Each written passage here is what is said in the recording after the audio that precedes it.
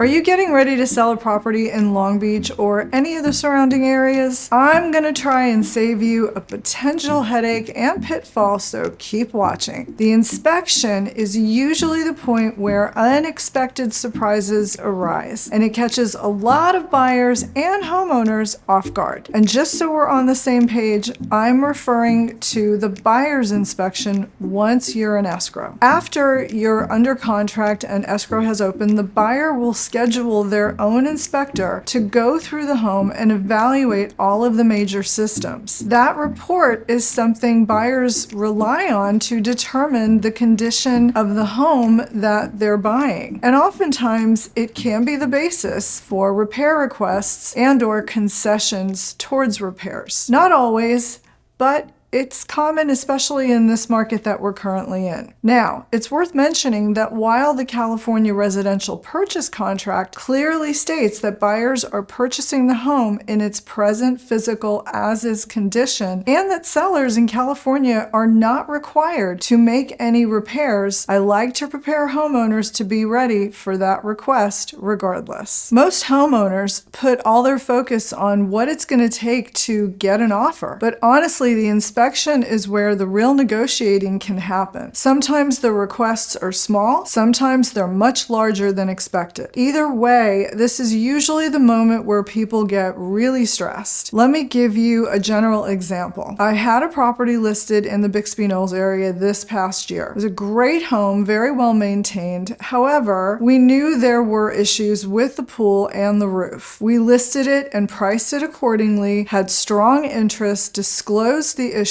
and included the reports that we had for both of those areas. So the buyer knew up front what they were buying because my client was moving out of the area and didn't have the funds to make these repairs. Even with all of that, we went under contract quickly and negotiated an as-is sale for our homeowner. Everything was going smoothly so far, right? Buyers knew what they were signing up for, we thought.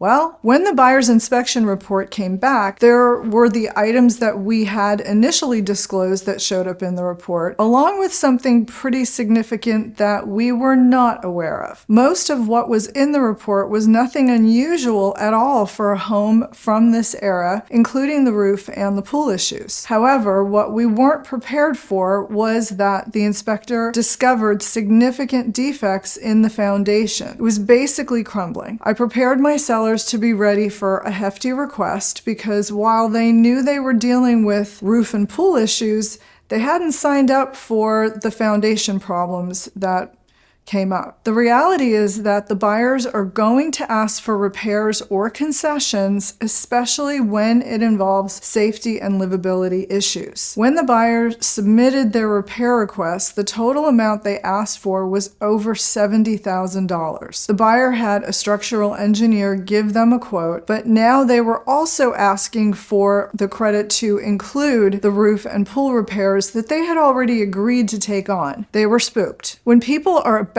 to make a major purchase, small issues can feel big and big issues can seem terrifying. This is where inspection reports create leverage, but they can also tear the deal apart if not handled properly, and where an experienced local listing agent becomes really important. Once those requests come in, you want someone who can help you understand what's normal, what's fair, and what's being interpreted through stress, emotions, or even fear. A good agent can explain which items genuinely matter, which requests are inflated, and how to respond properly to prevent the deal from blowing up. Sometimes the best move is to accept a request if it's reasonable and doable to get the buyer to remove their contingencies and move forward with the sale. Other times, it's better to counter with a more accurate, experience-based perspective on what the repair actually costs or how common that issue is for a home in your area. Having someone who knows our housing stock, understands how buyers typically react, and can guide you through that back and forth makes the negotiation stage a lot smoother and a lot less stressful. Mind you, there were a lot of emotions flying from both sides over this issue. My sellers were digging their heels in at one point, insisting they weren't going to do anything. I had to let them cool down, then explain that we can negotiate with the buyer we have and that we should really try to start there. See, a lot of buyers would have bounced by now. This was a lot to take on. Between the roof, the pool, and now the foundation, that's a lot. I also reminded the sellers that they would now have to disclose this material defect to the next buyer, along with the roof, the pool issues, and now a full inspection report. In this scenario, I suggested to my sellers to get their own estimate for the foundation repair work that was needed, which we did. From there, we put together a response back to the buyer with a counteroffer for a credit towards the repairs for the foundation that was reasonable, and we included the estimate that we obtained and reminded them that this was intended to be an as-is sale and that the seller wasn't going to be offering an additional credit for the pool and roof because that was already accounted for in the price. By doing this, it showed the buyer that the seller was really willing to work with them. The buyer accepted the lower credit and we finally closed. Now, this is not the norm. This was an isolated